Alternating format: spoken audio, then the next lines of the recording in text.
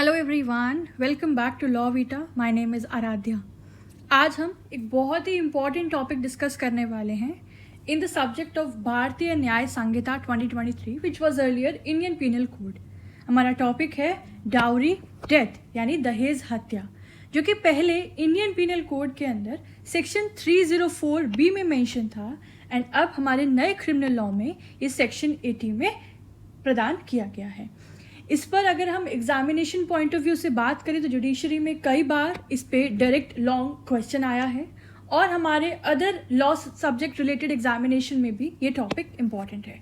ठीक है, ये इतना प्रैक्टिकल टॉपिक है कि एवरी डे अगर हम न्यूज़पेपर देखें तो एक मैटर इस ऑफेंस से रिलेटेड हमें डेफिनेटली देखने को मिलता है कि आज 7 साल से कम अवधि की जो शादी थी उसमें जो महिला है वो जल के मर गई या फंदे से लटक के मर गई। हर दिन हम डाउरी डेथ का केस पढ़ते ही पढ़ते हैं। तो हम सब जानते हैं कि डाउरी यानी दहेज एक ऐसा सोशल ईविल है जो शादी के नाम पर एक, मैं कहूँ, कर्स बन चुका है, एक श्राप बन चुका है।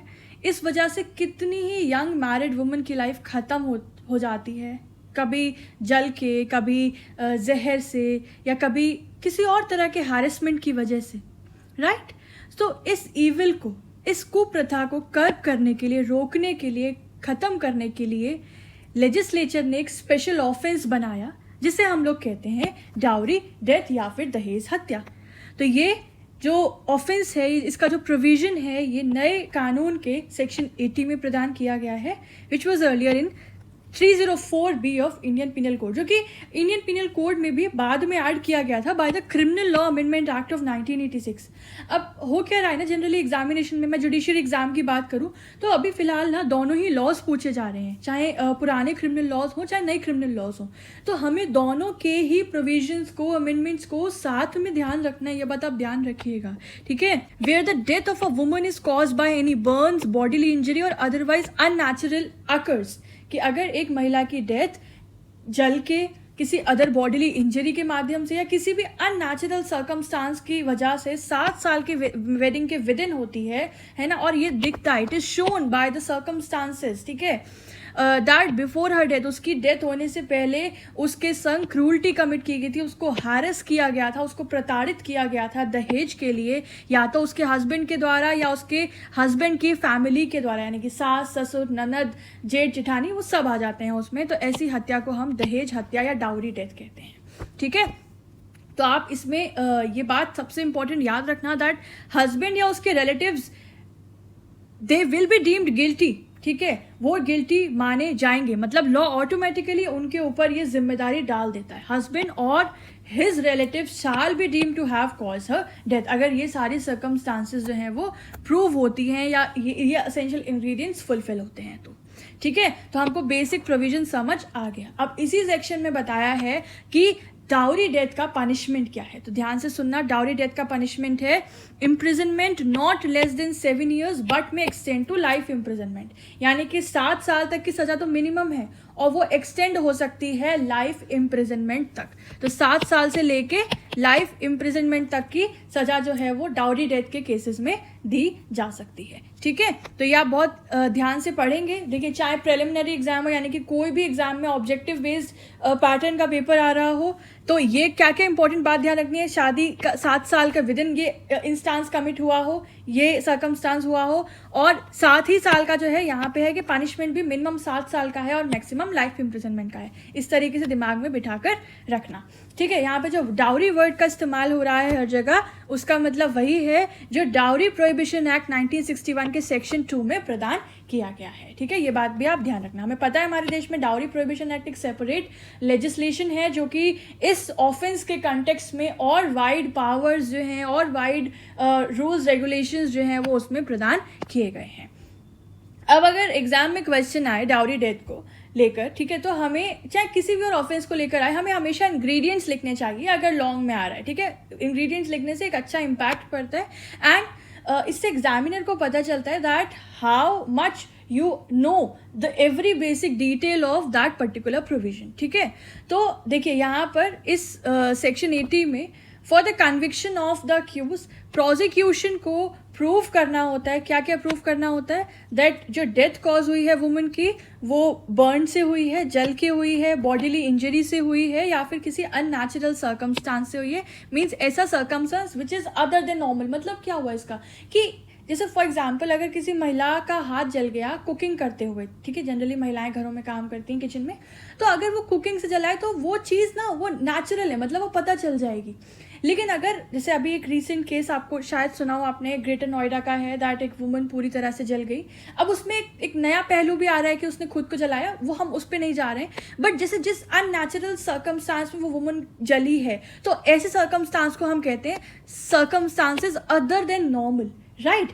दूसरी चीज़ क्या प्रूव करनी होती है, ये जो शादी है, जो डेथ कॉज हुई है वो 7 years of her marriage, with in 7 years cause हुई है उसकी मैरिज के। तीसरी चीज़, वुमन को उसके हस्बैंड या रिलेटिव्स के द्वारा क्रूअल्टी या हैरेसमेंट दिया गया था, ठीक है, उसे समय समय पर प्रताड़ित किया गया था, ठीक है। चौथी चीज़, ये जो हैरेसमेंट उसके साथ हो रहा था वो डाउरी डिमांड के कनेक्शन में हो, दहेज मांगा जा रहा हो उससे, और उसी के लिए उसके संग मार पीट और उसके संग गलत बर्ताव किया जा रहा हो। और पांचवी इंपॉर्टेंट चीज, दैट ये हैरेसमेंट सून बिफोर डेथ हुआ हो, ठीक है। सच क्रूल्टी और हैरेसमेंट अकर्ड सून बिफोर हर डेथ। ये 5 असेंशियल इंग्रेडिएंट अगर फुलफिल होते हैं तो यहाँ पे आपका डाउरी डेथ का केस बनता है। और इन्हीं इंग्रेडिएंट्स को ब्यूटीफुली एक्सप्लेन किया था सुप्रीम कोर्ट ने in the case of Shanti versus state of Haryana of 1991। इसलिए ये जो हमारा केस है ये बेहद इंपॉर्टेंट हो जाता है। आप इंग्रेडिएंट्स लिखेंगे, वहाँ पे आप देखेंगे कि ये सारे इंग्रेडिएंट्स को एक्सप्लेन किया, राइटरेट किया सुप्रीम कोर्ट ने इन शांति वर्सेस स्टेट ऑफ हरियाणा, ठीक है ना। अब हम बात करते हैं प्रिजम्पशन की। Presumption under the Indian evidence act, या फिर आप कह लो जो हमारा नया कानून है भारतीय साक्ष्य अधिनियम। तो अब एक बहुत ही पावरफुल प्रोविजन है, दैट इज 118 ऑफ BSA, या फिर earlier it was 113B of Indian evidence act. ये क्या कहता है, ये सेक्शन कहता है कि अगर प्रूव हो जाए कि जो महिला को सून बिफोर द डेथ, उसकी मृत्यु के जस्ट पहले दहेज के लिए टॉर्चर किया गया था, अगर ये चीज़ प्रूव हो जाती है, ठीक है, देन कोर्ट शाल प्रिज्यूम, ध्यान से सुनना, then court shall presume that उसकी उसके जो हस्बैंड है, जो रिलेटिव्स हैं, उन्होंने ही डाउरी डेथ कॉज की है। ये बात सेक्शन 118 BSA कहता है। When it is shown that soon before her death the woman was subjected to cruelty or harassment for dowry, then court shall presume, ठीक है, ये जो ऐसा presumption है जिसको आप रिब्यूट नहीं कर सकते, that such person has caused the dowry death, ठीक है। मतलब कोर्ट जब तक कोई रिब्यूटेबल प्रिजम्पशन नहीं आता है, जब तक कोई काउंटर नहीं करता, तब तक ये माना जाएगा दैट जो हस्बैंड या उसके रिलेटिव्स हैं, जो भी शक के घेरे में आ रहे हैं, उन्होंने ही डाउरी डेथ कॉज किया है। हाँ, अगर कोई ऐसा प्रूफ लेके आता है जो कि इस चीज़ को रिब्यूट कर सके, विच follows all the requisite rules of presumptions and proving of the fact, तब तक के लिए ये प्रिज्यूम किया जाएगा बाय द कोर्ट, ठीक है। तो ये जो प्रिजम्पशन है ये रिब्यूटेबल है, ये बात आप याद रखना। इसका मतलब है कि अब अक्यूज को प्रूव करना है, मतलब जिसको हम गिल्टी मान रहे हैं उसको प्रूव करना है कि उन्होंने ऐसा नहीं किया है। तो जो बर्डन है ना टू प्रूव, वो शिफ्ट हो जाता है on the accuse to disprove. तो ये बात कही गई थी Bajrang versus state of MP में, मतलब इस बात को री इन्फोर्स किया गया था। Therefore this case is important. इसमें बोला गया दैट ये जो प्रिजम्पशन है section 113B of Indian evidence act का, ये रेब्यूटेबल है।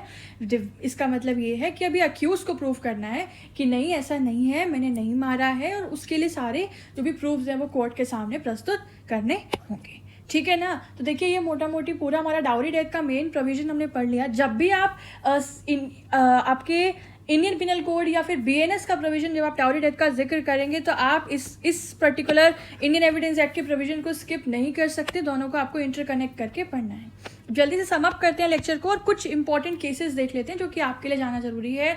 आजकल ऑब्जेक्टिव में भी PYQ उसमें हमने देखा है कि ऐसे हर तरह के ऑफेंस पे कुछ लैंडमार्क केसेस से क्वेश्चन आते हैं, और अगर आप लॉन्ग आंसर लिख रहे हो तो केसेस जानना इज वेरी इंपॉर्टेंट। पहला हमने पढ़ लिया ऊपर कि शांति वर्सेस स्टेट ऑफ हरियाणा में कोर्ट ने इसेंशियल इंग्रेडिएंट्स लेट डाउन किए थे, क्लियर किए थे, that what are the essential ingredients of section 304B of IPC और सेक्शन 80 ऑफ BNS, ठीक है। अब देखिए क्या है ना, भले ही नया क्रिमिनल लॉ आ गया लेकिन पुराना मतलब ख़त्म भी हो गया, लेकिन इतने केसेस हैं हमारे, या जो पुराने जितने केसेस हैं, लैंडमार्क केसेस हैं, उनमें तो ऑब्वियसली पुराने क्रिमिनल लॉ का ही जिक्र किया गया है ना।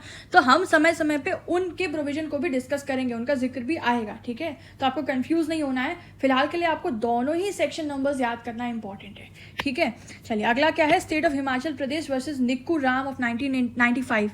तो इसमें क्या किया, इसमें कोर्ट ने एक्सप्लेन किया दैट जो डाउरी डिमांड है वो शादी के पहले की भी हो सकती है, शादी के बाद की भी हो सकती है, वो कभी भी हो सकती है, ठीक है। तो हम अगर किसी केस का एनालिसिस कर रहे हैं तो हम वहाँ पे अगर स्टडी करते हैं कि डाउरी डेथ जो डाउरी का डिमांड है वो कब किया गया, तो यहाँ पे चाहे डिमांड पहले की हो, उस वक्त की हो, चाहे शादी के बाद की हो, सब जो है वो उसके अंदर कवर होंगी, ठीक है। तीसरा है Pawan Kumar versus state of Haryana, 1998 का केस है। इस केस में कोर्ट ने डाउरी के मीनिंग को उसको और ब्रॉडली इंटरप्रेट किया, ठीक है। इसमें कोर्ट ने बोला कि अगर जैसे आप स्कूटर की भी डिमांड की जा रही है, टीवी की भी डिमांड की जा रही है, तो वो भी डाउरी ही मानी जाएगी, वो भी दहेज ही माना जाएगा, ठीक है।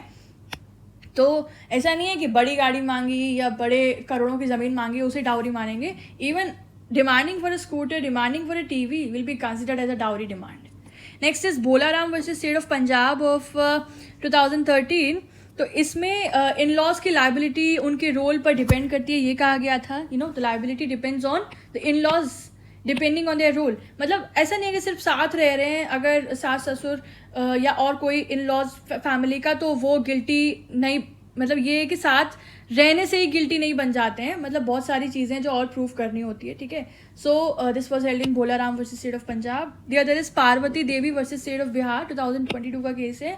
इसमें कोर्ट ने कहा कि प्रिजम्पशन जो है 113B of Indian evidence act का वो तभी अप्लाई होगा जब सून बिफोर डेथ, जैसे मैंने इंग्रेडिएंट में बोला ना कि ज़रूरी है कि जो क्रूल्टी और हैरेसमेंट हुआ है वो डेथ के बिल्कुल जस्ट पहले हुआ हो फॉर डिमांड ऑफ डाउरी।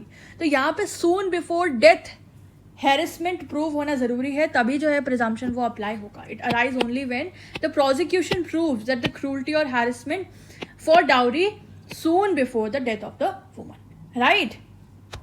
समझ आ रहे हैं, सारे केसेस इंपॉर्टेंट हैं, आप पढ़िएगा। चलिए अब एक सवाल पूछा जाता है एग्जाम में, और जनरली भी आपसे कोई पूछ सकता है कि जो एक महिला के संग डाउरी डेथ का ऑफेंस कमिट हो रहा है सेक्शन 80 ऑफ BNS में, और एक क्रूल्टी का ऑफेंस कमिट होता है जो कि प्रदान किया गया है सेक्शन 85 में, तो इन दोनों में ही क्या डिस्टिंक्शन है, ठीक है। और कई बार स्टूडेंट्स भी कंफ्यूज होते हैं इन दोनों के अंतर में। तो चलिए देखते हैं। सबसे पहले बात करें डाउरी डेथ की, सेक्शन 80 ऑफ BNS। सो ये एप्लीकेबल होता है या अप्लाई होता है only when the death occurs with in 7 years of marriage, है ना। यहाँ पे लिमिटेशन लगा दी कि अगर 7 साल के विद इन डेथ कॉज हो रही है बिकॉज ऑफ डाउरी, तो वो डाउरी डेथ का ऑफेंस है। So it may be due to cruelty और harassment which is link to dowry death.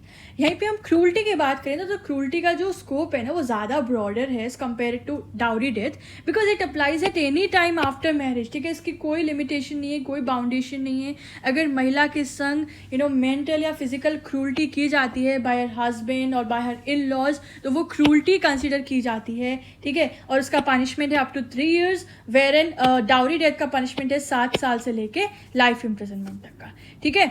और ये भी याद रखना कि ये जो दोनों ही ऑफेंस हैं ये दोनों ही एक साथ भी अप्लाई हो सकते हैं इन अ केस, लेकिन उनकी जो एम्बिट है वो अलग अलग है, उनका जो स्कोप है वो डिफर करता है। That's it, that's the basic difference you need to know. All right, so we have a conclusion here, right. So students, dowry death का ऑफेंस एक क्लियर मैसेज दे रहा है कि लॉ सोसाइटी के इस ईविल को टॉलरेट नहीं करेगा, है ना। स्ट्रिक्ट पनिशमेंट और प्रिजम्पशन लगाकर हस्बैंड और उसकी फैमिली को अकाउंटेबल बनाया गया है by these all the provisions. Section 80 of the BNS का एम यही है कि डाउरी डेथ को रोका जाए, इस हीनियस ऑफेंस को रोका जाए जो हमारे समाज में बढ़ता जा रहा है और बहुत ही अनंत काल से चल रहा है, मुझे ऐसा लग रहा है, ठीक है। तो इसका पर्पज़ यही है कि स्ट्रिक्ट लाइबिलिटी इम्पोज करें, स्ट्रिक्ट पनिशमेंट इम्पोज करें, ताकि ऐसे जो क्राइम्स हैं वो सोसाइटी में कम हो, महिलाओं को प्रोटेक्शन इंश्योर कराया जा सके, ठीक है। समाज में लोगों के अंदर एक डर पैदा कराया जा सके कि अगर बहुओं को प्रताड़ित करोगे और इस तरीके के काम करोगे तो उसका अंजाम कितना भारी हो सकता है। एंड इसके साथ साथ समाज में एक जेंडर जस्टिस को बढ़ावा देना। तो सेक्शन 80 एक स्ट्रॉन्ग टूल है जेंडर जस्टिस के लिए और वुमन की डिग्निटी को प्रोटेक्ट करने के लिए, राइट। तो यही था दोस्तों, ये था आज का लेक्चर ऑन डाउरी डेथ, और इम्पॉर्टेंट टॉपिक है। और मुझे लगता है सिर्फ बीइंग अ लॉ स्टूडेंट ही नहीं, being a social study student ही नहीं, being a political science student ही नहीं, being a citizen of India भी हमें ये बेसिक लॉज तो पता होने ही चाहिए, उन क्राइम्स के बारे में तो पता होना ही चाहिए जो हमारे आसपास हर दिन हो रहे हैं हमारे समाज में, राइट। तो ये था आज का लेक्चर। मुझे कमेंट सेक्शन में ज़रूर बताइएगा कि आपको ये लेक्चर कैसा लगा, और अगर आपको इस तरह के और लेक्चर्स सुनने हैं, समझने हैं, देखने हैं तो वीडियो को लाइक करिएगा, शेयर करिएगा, और कितना पसंद आया ये कमेंट में ज़रूर बताइएगा। मिलती हूँ आपसे एक नेक्स्ट लेक्चर में with another such important topic. Till then, thank you so much for watching. Keep learning with Law Vita. Have a good day. Bye bye.